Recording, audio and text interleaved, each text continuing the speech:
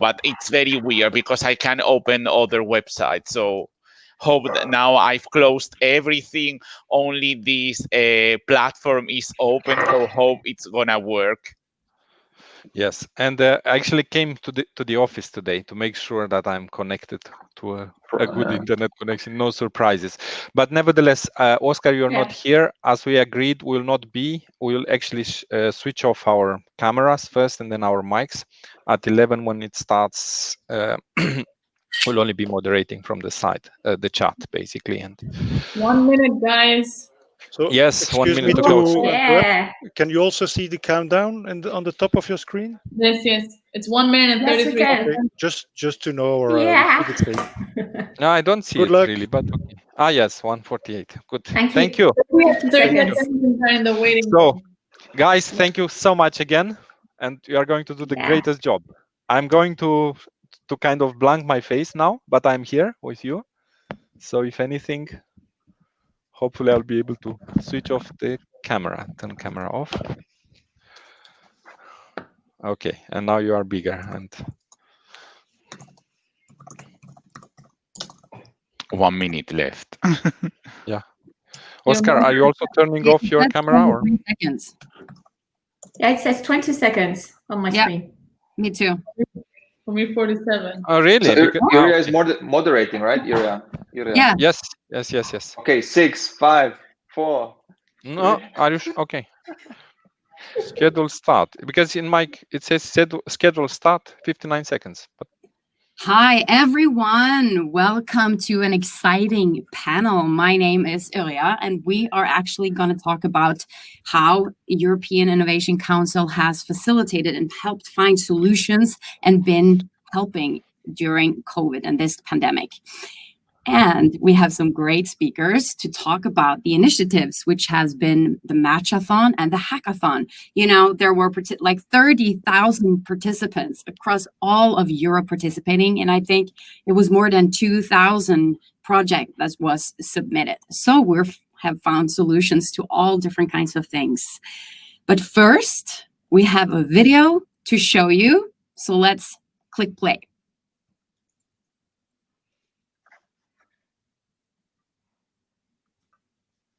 Yeah, we're waiting for the video to play. I can see.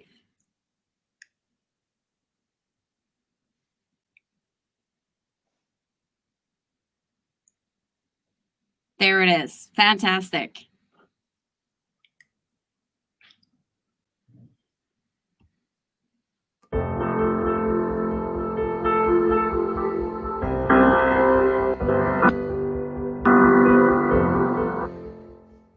Hello, my name is Maria, and I'm from Cyprus. I'm also part of the Hello, my name is Maria, and I'm from Cyprus. I'm also part of the mentorship team at the EUvsVirus Hackathon. It is just amazing to see everybody joining us and tackling. Welcome back, everyone! 1 + 1 = 3. Versus welcome back, hack. So welcome back to the EUvsVirus Hack. So welcome back. There are more than 17,000 community of knowledge. Without borders, community of solidarity, without borders. By solidarity and compassion. By the winning ideas. Council, special the winning ideas. Matchathon. Go ahead with the largest event ever organized by the European Union, the largest hackathon probably in the world. This is like a hacking the hackathon.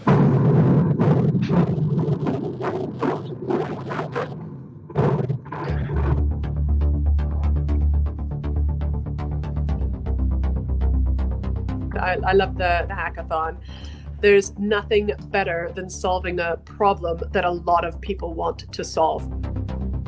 As Churchill said, never waste a good crisis. Yes, obviously, this is an opportunity to grow the continent together. No idea is too crazy. I think this is bringing us all together. We cannot do things by ourselves anymore. Or making a kind of matchathon.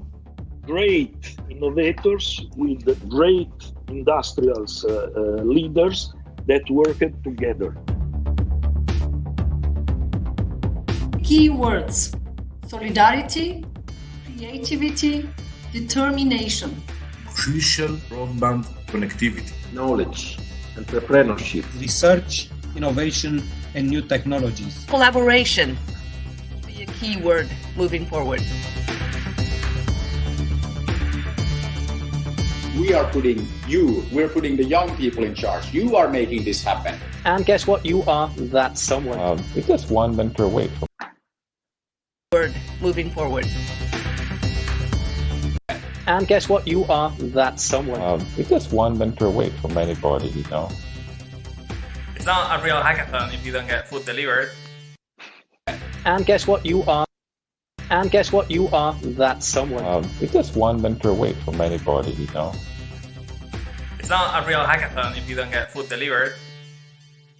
Staying committed to the ecosystem, staying committed to investing. It's just merely the first step. Be bold, be fearless, dream big.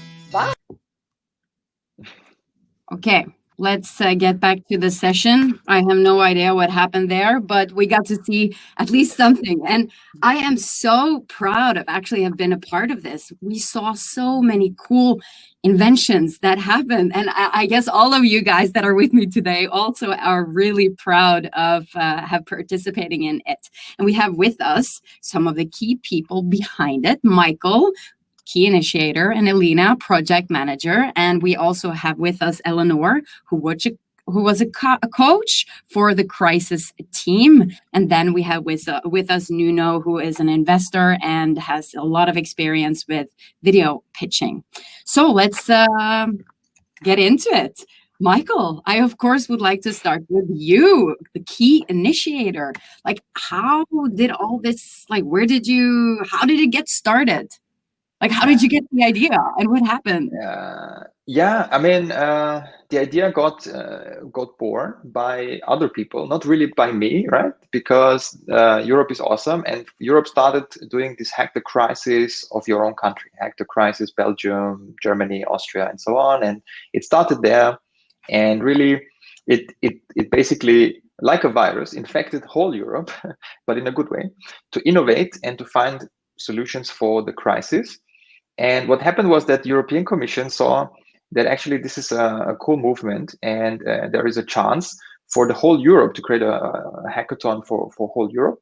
And I have to say, good ideas come from multiple sides at the same time. So it wasn't my idea alone. There were many people pushing for this.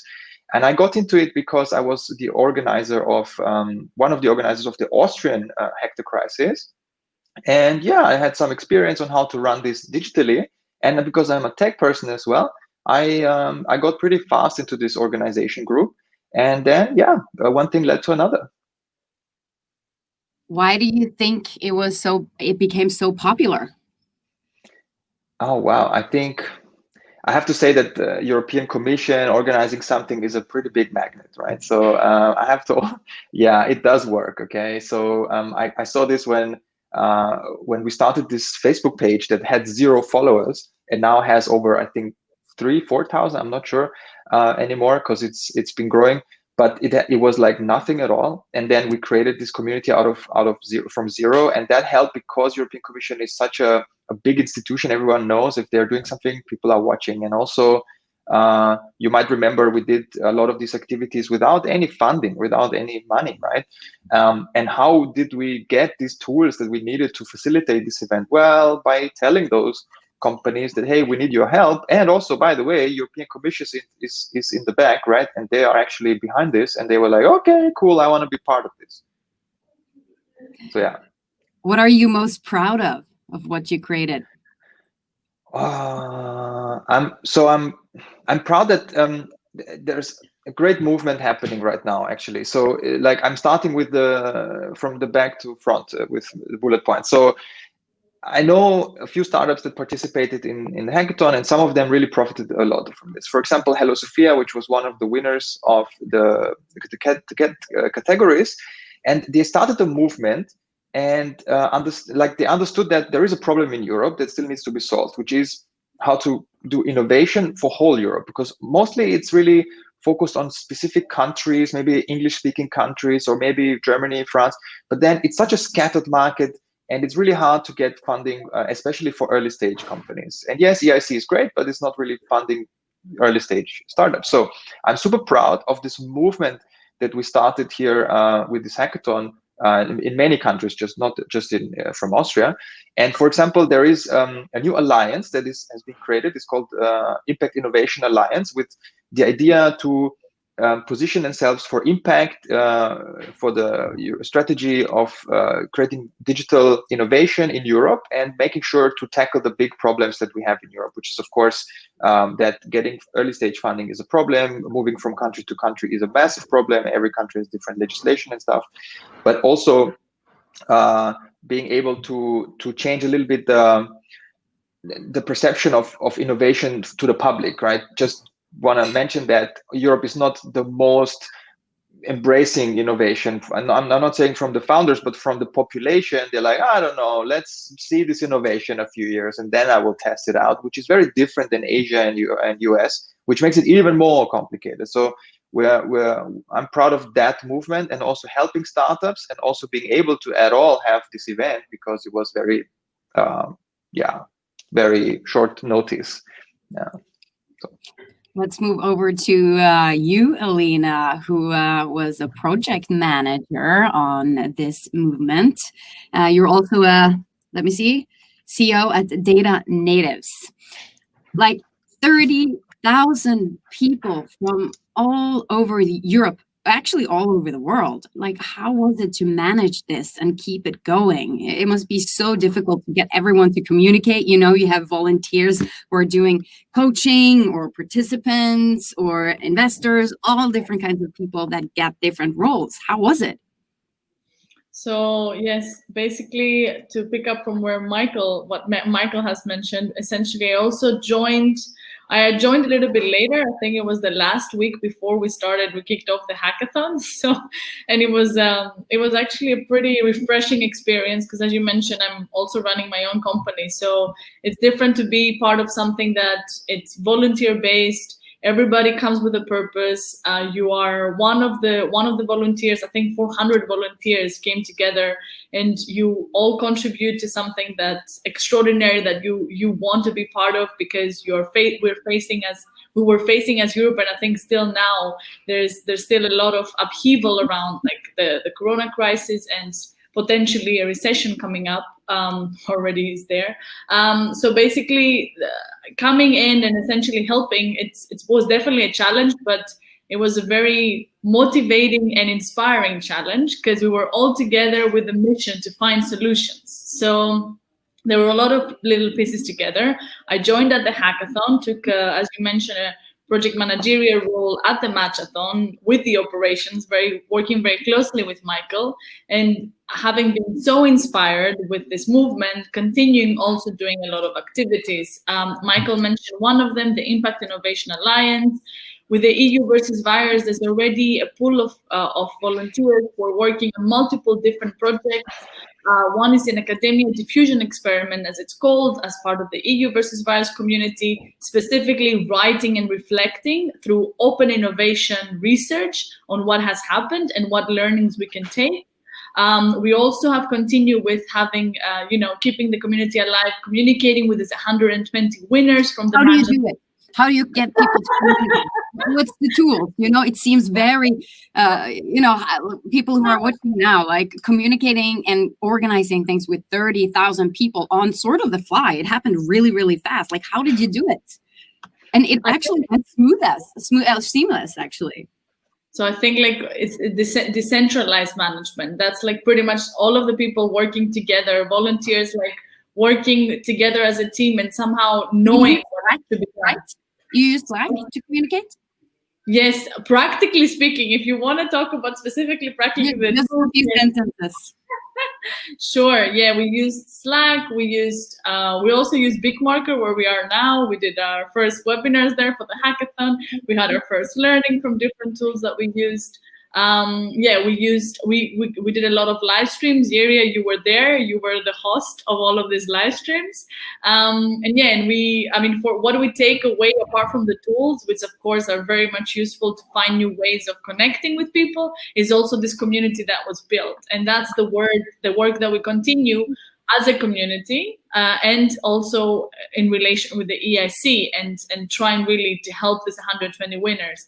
As Michael said, Hello Sophia is one of the 120 that have been pushing things. There's other teams that they've developed something during the hackathon and the Matchathon, and we're helping them to take it forward.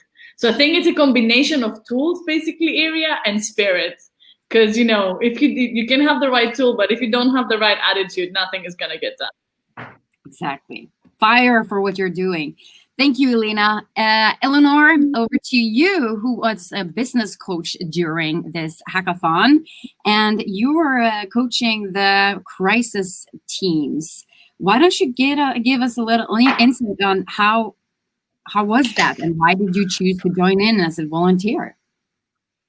Yeah, sure. Thanks, Iria. So, as you said, I'm a coach of the crisis team. So this team has been created in June, around June, by the EIC, and the operation is still running these days. So the goal is to coach EIC beneficiaries who have expressed a need for crisis coaching, those who have been hardly hit by the crisis. So the project officers have massively informed the EIC beneficiary of this opportunity to get some hours of crisis coaching.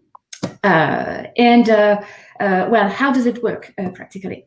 So the crisis team is composed of 4 EIC business coaches who have been selected by the EIC because of their complementarity and because of their complementary experience and expertise. So what you have is one coach specialized in marketing and business models, one coach specialized in business plan and seeking funds, another coach is a lawyer in intellectual property, which is very great, and the 4th coach is a coach expert in collaboration and strategic partnership.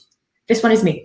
So the goal is to answer as rapidly as possible to the request of crisis coaching expressed by EIC beneficiaries. So far, we have been coaching around 20 companies from all over Europe and in various activity sectors, from medtech to environmental technologies to chemicals and so on. So there is no specific activity sectors we've been working with.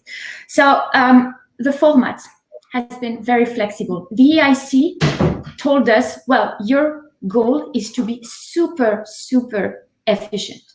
So define your method to work with the companies. So this is what we've done. So we have made a preparation meeting with the other crisis coaches, and we have decided to coach cases 2 by 2. We were 2 coaches for each case. So as soon as we received the request, we took some time to analyze the issue, and then we said, okay, you will do it because you will be the best match to coach this case. So crisis coaching, what is it? What do we mean by that?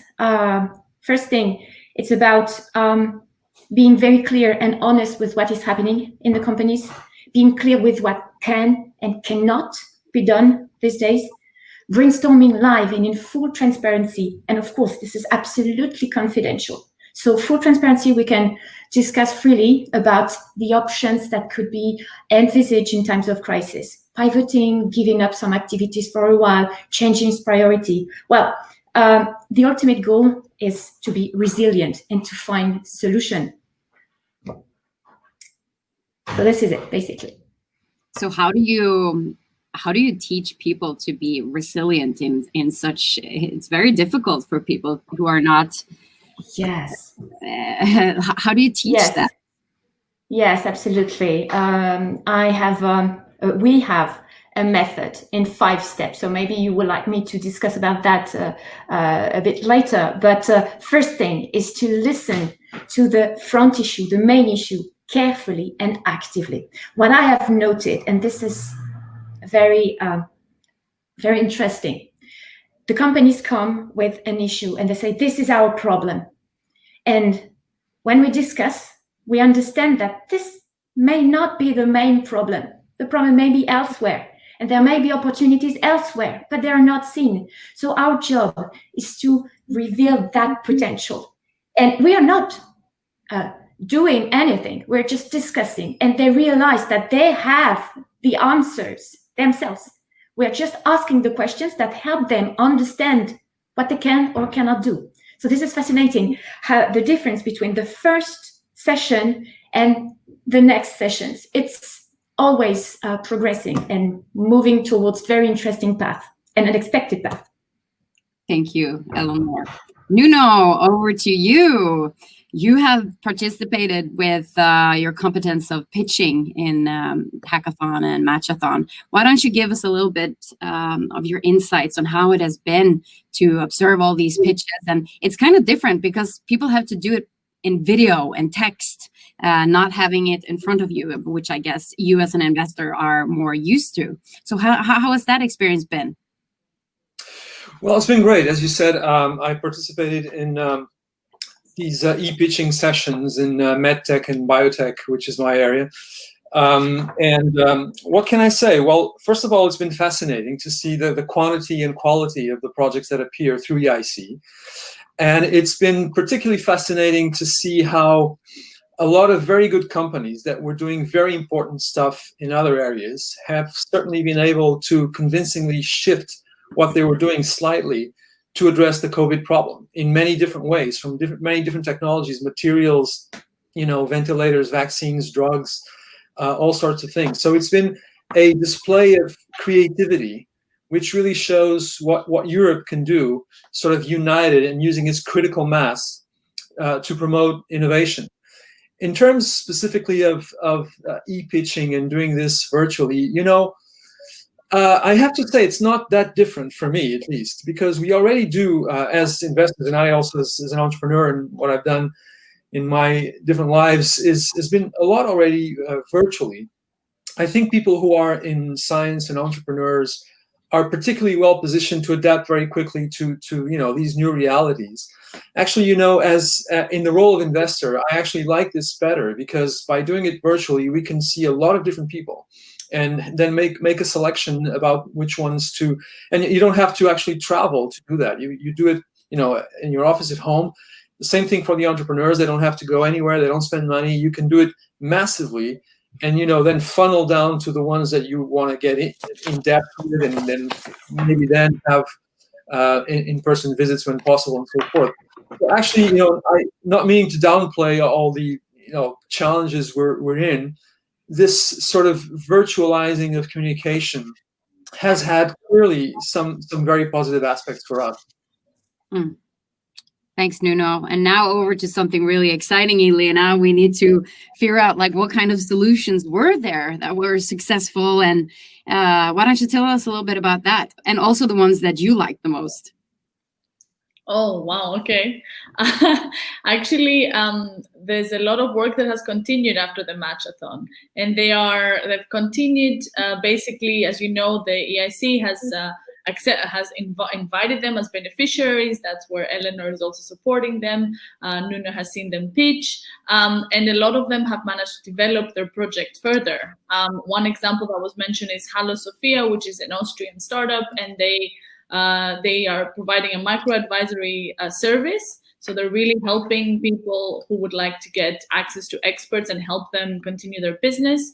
That can help a lot with jobs. There's Polyvent. Right now, Polyvent is also has formed an alliance with the Linz, municipality of Linz, and they are continuing building 3D printed machines that can help against the crisis as well. There is Bride Act, which is a very promising startup from Sweden.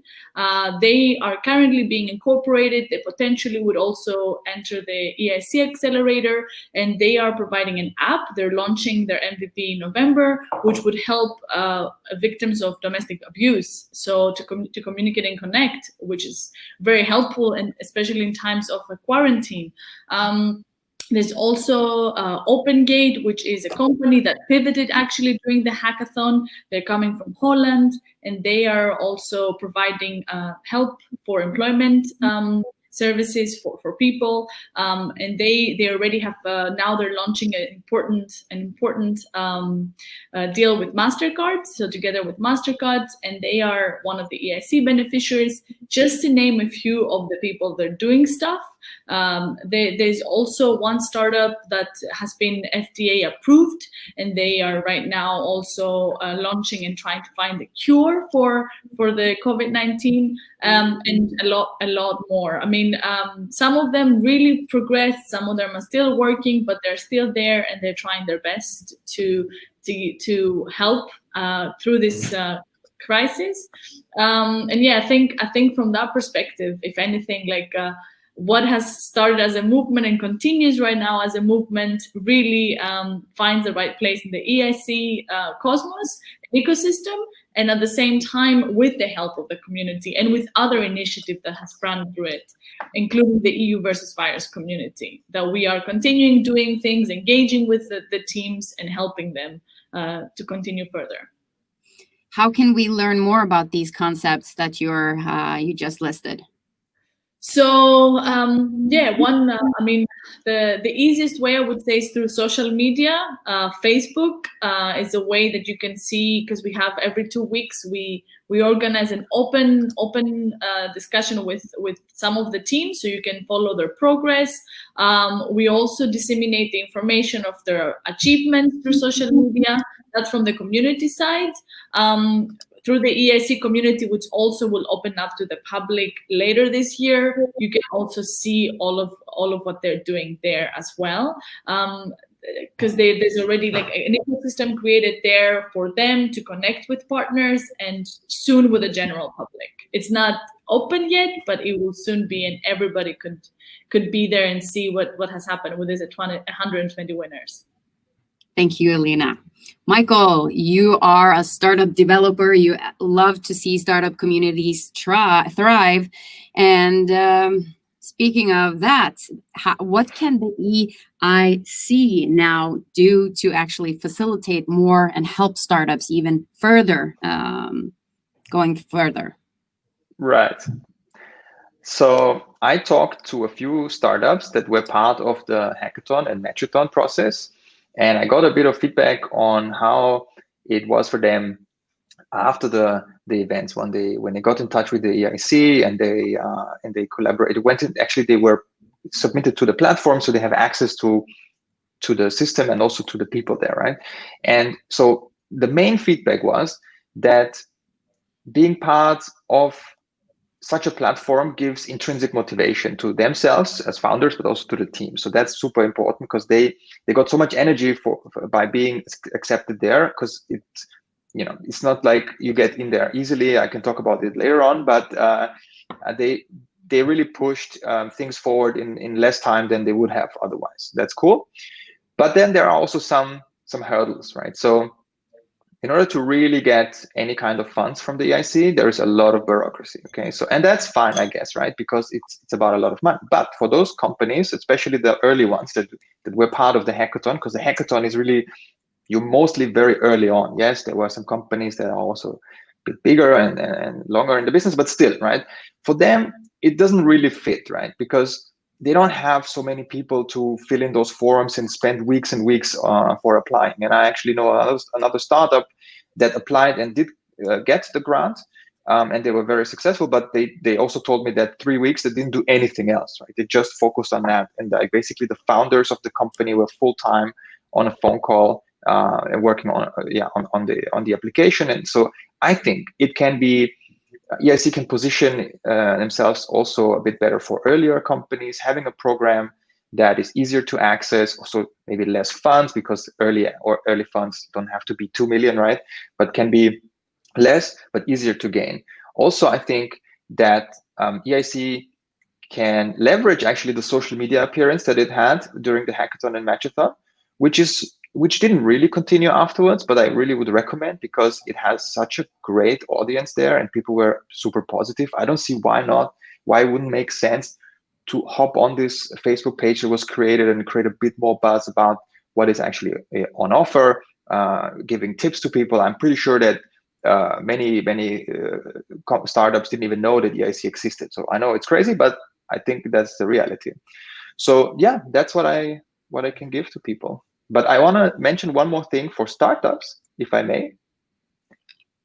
That I'm really enthusiastic lately. If you saw me on the internet, maybe telling startups they should really focus on creating prototypes very early on, and that they basically can also do this without having development skills. And why I'm mentioning this is because I think EIC can offer one more thing, which is education for early startups, but also for how to raise Series C, how to go maybe to other markets, which is not easy.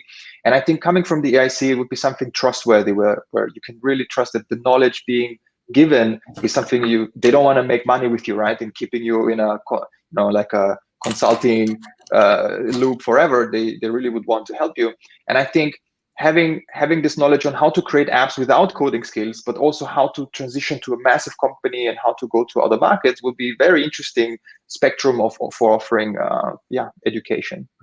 Yeah, like a learning platform. It doesn't take that much actually, just to play some videos or pre-record some videos and just like put it in there. And that also helps create a community. And that was a really great idea. As you say, it's when it comes from the EIC, it has strength, or I mean, like what's the fundamental respect was the word, you know? It has this trust aura, right? Because this is how also we were able to create the Hackathon Matchathon, because it has this, okay, European Commission, I get it, right? We trust them. Let's see what they're doing. So I think, there's a massive potential. And I think working together with people like us, but also others from bottom up, right? They actually have the pain and understand what the problem really is.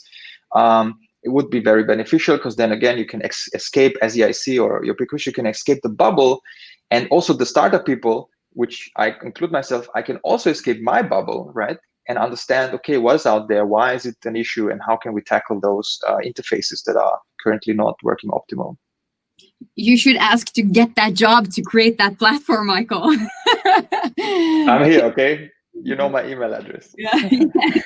Thank you, Michael. Eleanor, why don't you give us a little bit more in detail on how you pick one team, how you coached them? What was from start to the end?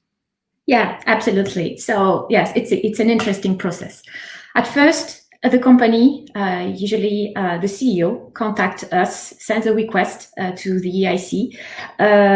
They come to us with a case, an issue, something that is deeply disturbing the activity. So it can be our investor is not investing anymore during the crisis, so it's postponed, cancelled, or the terms are changing.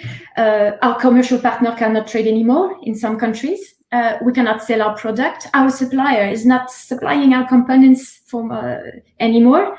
We're running out of cash. And for some companies, the issue was the struggle with remote work. They struggle to work remotely. So people don't show up, or endless meetings, not productive at all.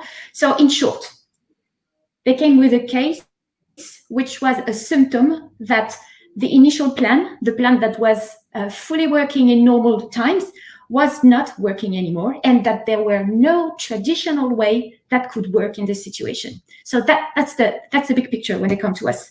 And the thing that we have in mind is that when they come to us, they have this sense of emergency. So they want urgent answers, but there is no urgent answers. On the contrary, they need to make a step back, to make a deep scan of their environment, and to know what are my strengths, where are my weaknesses, what can I do, what has to be done.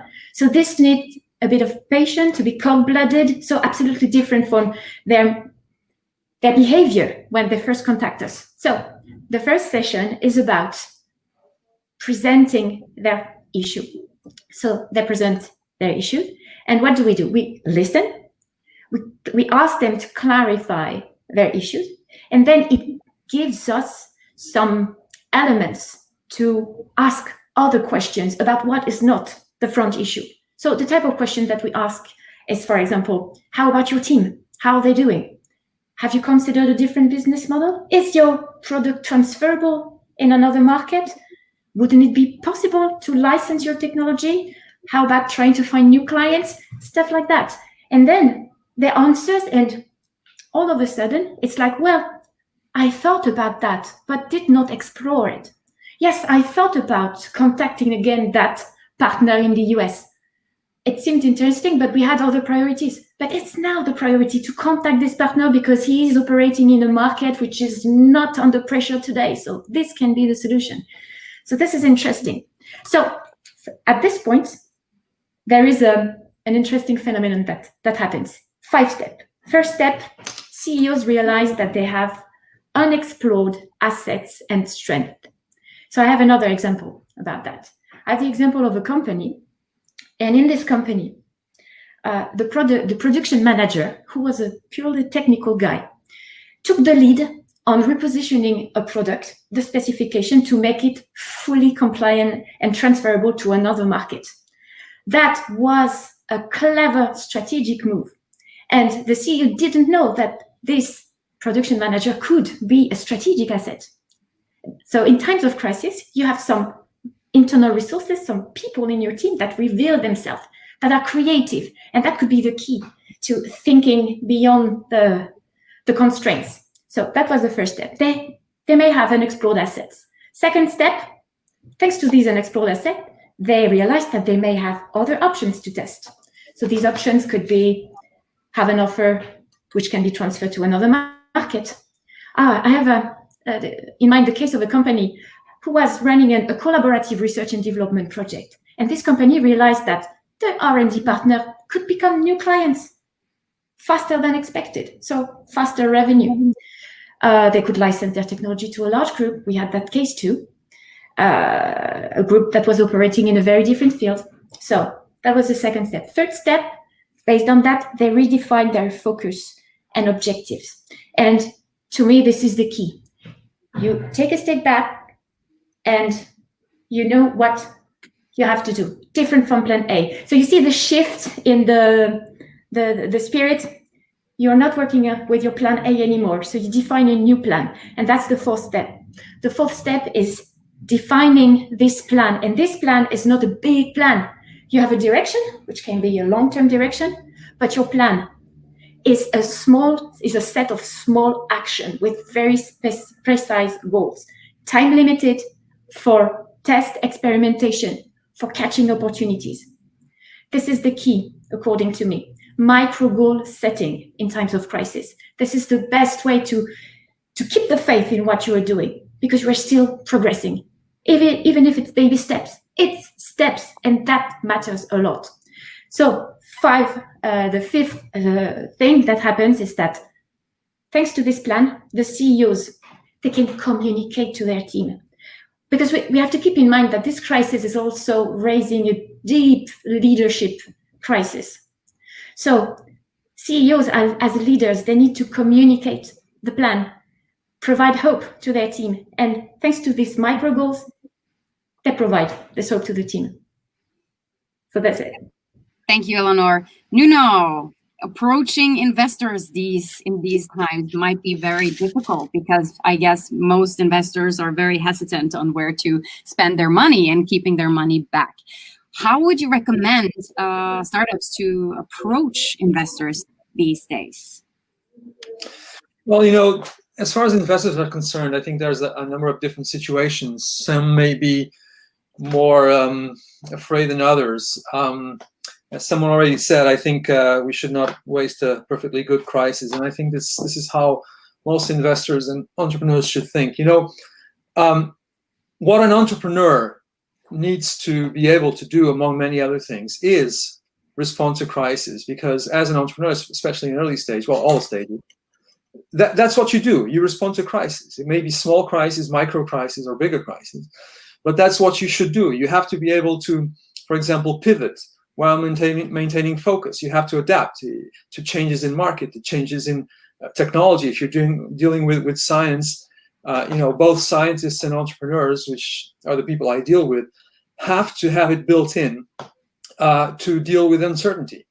So from an investor's standpoint, what is interesting is that what this situation does, or any crisis really does, is make more acute the pressure that already exists on entrepreneurs. So it's kind of something that, and again, I'm giving a positive spin to something that has some negatives, of course, but it puts more selective pressure. And when entrepreneurs come to you, I think it's easier now to tell, the good from the bad or the weak from the strong. Because if someone comes and says, look, we had this great idea, yes, there was a crisis, but this is how we figured out how to overcome all the problems that we see, like in some of the things that Eleanor was describing, that's really helpful in saying, okay, these guys are good. That's the main thing you want to look for in an entrepreneur, is the ability to overcome the unknown. And so this actually makes it easier. Of course, yes, there are problems. There are funds that are not investing in new companies because they want to protect their existing portfolio, who are facing their own crisis. There's all of that. But there's also a lot of positives. For example, as I said, I'm in biotech and healthcare. And this, of course, is a field where opportunities are created by this specific crisis for obvious reasons. But also it's a long-term, these are long-term areas where it takes years to develop a product. It takes years to have sales, which is usually seen as a big challenge. But actually, in the current context, it's good because the fundamentals of many of these projects are not affected by something that lasts 1, 2, 3 years even. All right. If you're developing a drug for cancer and it will take you another 7 years to take it to the market, this crisis is important, but it doesn't really change the fundamentals of what you're trying to do, right? The market will still be there. So I think there's a lot of positives, and I do not think it's harder to get to investor these days. There may be fewer investors that are actively investing or a bit more afraid, but it will go away, and it will serve as a further selection of the really good ones. And so, there's always a lot of failures, there's always a lot of challenges, there's always a lot of people who are going to be disappointed in their entrepreneurial paths, but in the overall picture, I'm kind of optimistic. Yeah, something good will come out of this, not only in healthcare, but also in many other areas. Nuno, thank you so much. Michael, Elena, Eleanor, and myself, thank you for just stepping in today. Time is running out, and I would like to say thank you to everyone who has been watching. This was a great session, and I still miss joining in on the hackathon and doing the hosting and everything. So perhaps one day we'll be back. Have a wonderful day, and thank you so much. Bye. Thank you. Bye. Bye. Bye.